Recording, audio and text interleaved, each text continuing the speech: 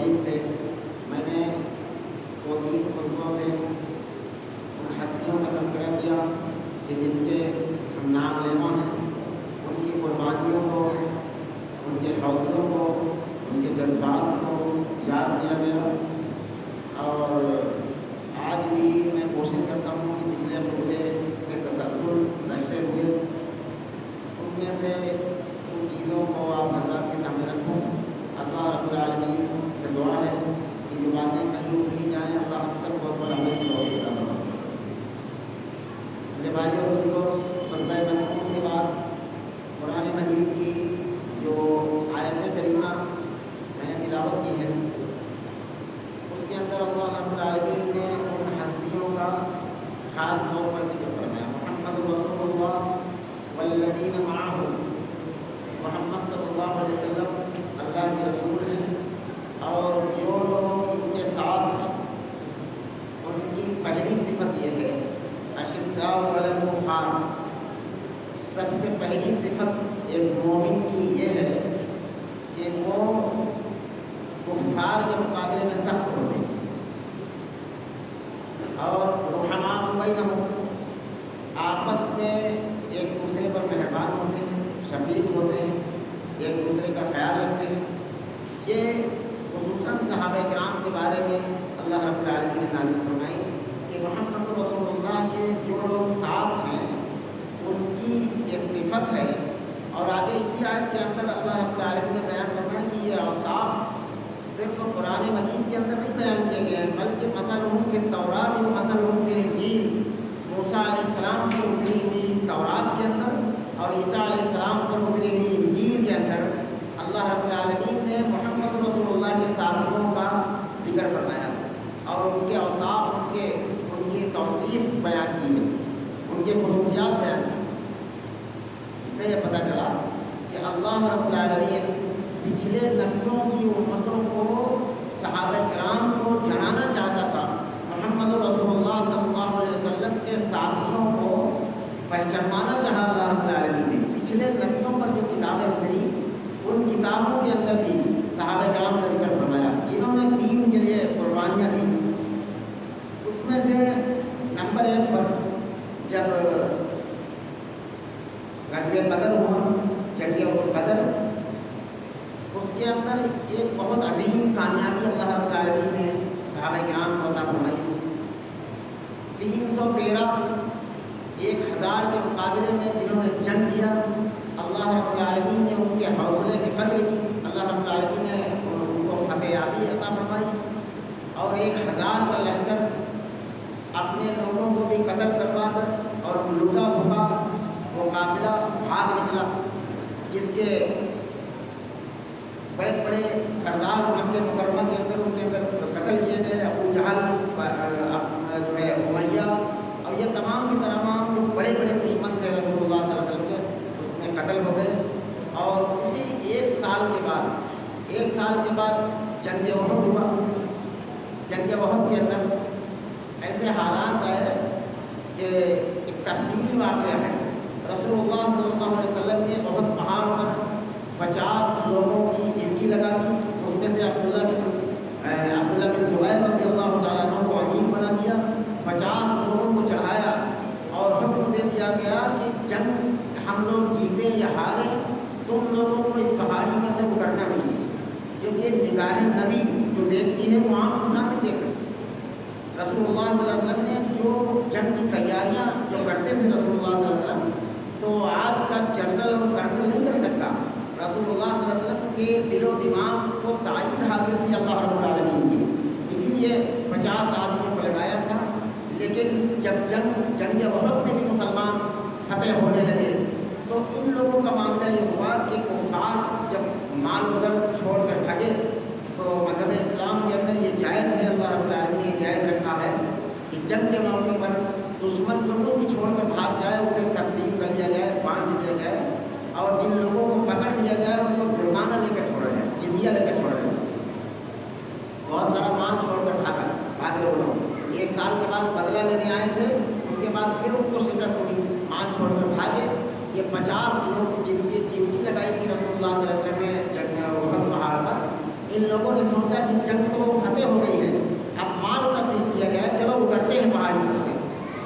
کہ عبداللہ بن زبیر رضی اللہ تعالیٰ عنہ نے منع فرمایا کہ رسول اللہ صلی اللہ علیہ وسلم نے منع کیا تھا کہ جب تک رسول کی طرف سے حکم نہ ملے اس وقت تک میں تم لوگوں کو اترنے کی اجازت نہیں دیتا. پھر ان لوگوں نے سوچا کہ اب کیا ہے، جنگ تو فتح ہو چکی ہے، دھیرے دھیرے اترنے لگے. خالد بن ولید رضی اللہ تعالیٰ اس وقت تک کافر تھے. انہوں نے اپنا ایک دستہ تیار کیا اور کہا کہ یہ مسلمان اپنے ہتھیار ڈال چکے ہیں اور مال تقسیم کر رہے ہیں. اب اگر ان کے پہاڑی سے پیچھے چل کر ان پر حملہ کر دیا جائے تو یہ سب کے سب ہمارے قبضے میں آ جائیں گے. خالد بن ولید لے کر آئے اپنا دستہ. ابو سفیان یزید کے دادا جنگ احد میں بھی ہارے، جنگ بدر میں بھی ہارے، اور اس کے بعد خالد بن ولید اپنا دستہ لے کر آتے ہیں. اچانک دیکھتے دیکھتے جب 50 میں سے 5 لوگ بچے اس پہاڑی پر، بقیہ 45 لوگ اتر چکے تھے پہاڑی سے. خالد بن ولید کا دستہ آتے ہوئے دیکھا تو ان 5 لوگوں کے پاس جو تیر اور جو ان کا سامان تھا اس کو استعمال کیا. تیر پھینکی اور جو کچھ پیرا ان سے بن پڑا 5 لوگوں نے کیا. لیکن وہ 5 لوگوں سے وہ دستہ کافی لوگ تھے، اس میں کنٹرول نہیں ہو سکا. یہاں تک کہ خالد بن ولید ان لوگوں کو مسلمان مال تقسیم کر رہے تھے ان کے اوپر اچانک آ کر حملہ کر دیا اور دیکھتے دیکھتے 72 لوگ شہید ہو گئے جنگ احد میں. اور جو شہید ہوئے تو مسلمانوں میں افراتفری، یہاں تک کہ شیطان نے ایک آواز اٹھائی کہ رسول اللہ صلی اللہ علیہ وسلم بھی شہید ہو گئے اس جنگ میں. حالانکہ آپ صلی اللہ علیہ وسلم کے دانت مبارک شہید ہوئے تھے، آپ صلی اللہ علیہ وسلم صحیح سالم تھے، لیکن شیطان نے یہ آواز دی کہ نبی کے شہید ہونے کی وجہ سے صحابہ کرام میں افراتفری کا ماحول بن جائے گا. اسی لیے اس نے یہ کام کیا تھا اور لوگوں میں افراتفری مچی گئی کہ اب تو رسول ہی شہید ہو گیا، بچا کیا ہے. تو اس کے بعد حالات ایسے بنے کہ جو لوگ شہید ہوئے تھے اللہ رب العالمین نے ان کے مقام و مرتبے کو ایسا چنا کہ یہ ابو داؤد حدیث نمبر 2520 نمبر پر یہ روایت موجود ہے.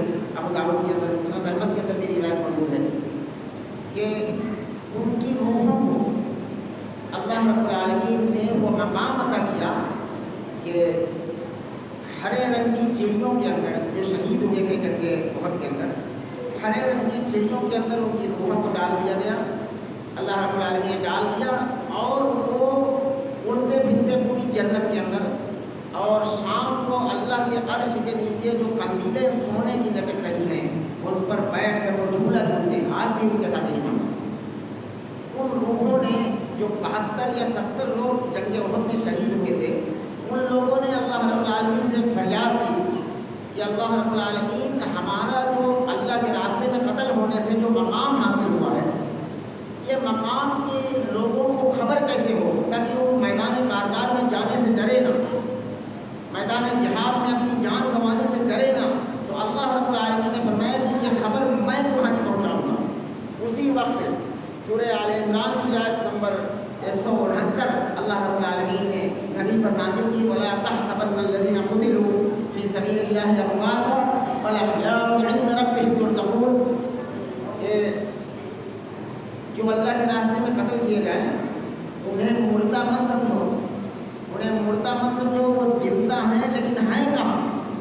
اب زندہ ہونے پر انسان کے ذہن میں بہت سارے سوالات ہوتے ہیں کہ اگر شہید زندہ ہے تو پھر زندگی کا مقصد کیا ہے؟ کیا بات چیت ہو سکتی ہے ان کی قبر پر جانے کے بعد؟ سلام کلام ہو سکتا ہے، کوئی پیغام دیا جا سکتا ہے. اللہ رب العالمین نے آیت کریمہ کے اندر بھی اس کا جواب دیا اور رسول اللہ صلی اللہ علیہ وسلم نے اس کی صراحت کی. فرمایا کہ ان تربتهم ولا تحسبن الذين قتلوا في سبيل الله امواتا بل احياء عند ربهم. وہ زندہ ہیں، انہیں مردہ مت کہو. ان تربتهم وہ اپنے رب کے پاس ہیں، وهم يرزقون، ان کو رزق ملتا. تو پتہ یہ چلا کہ زندہ ہیں لیکن رب کے پاس، دنیا میں ٹہل نہیں رہے. اور دوسری صراحت رسول اللہ صلی اللہ علیہ وسلم نے کی. رسول اللہ صلی اللہ علیہ وسلم نے یہ صراحت کی کہ زندہ ہونے کا مطلب یہ ہے کہ ہرے رنگ کی چڑیوں میں ان کی روحوں کو ڈال دیا گیا.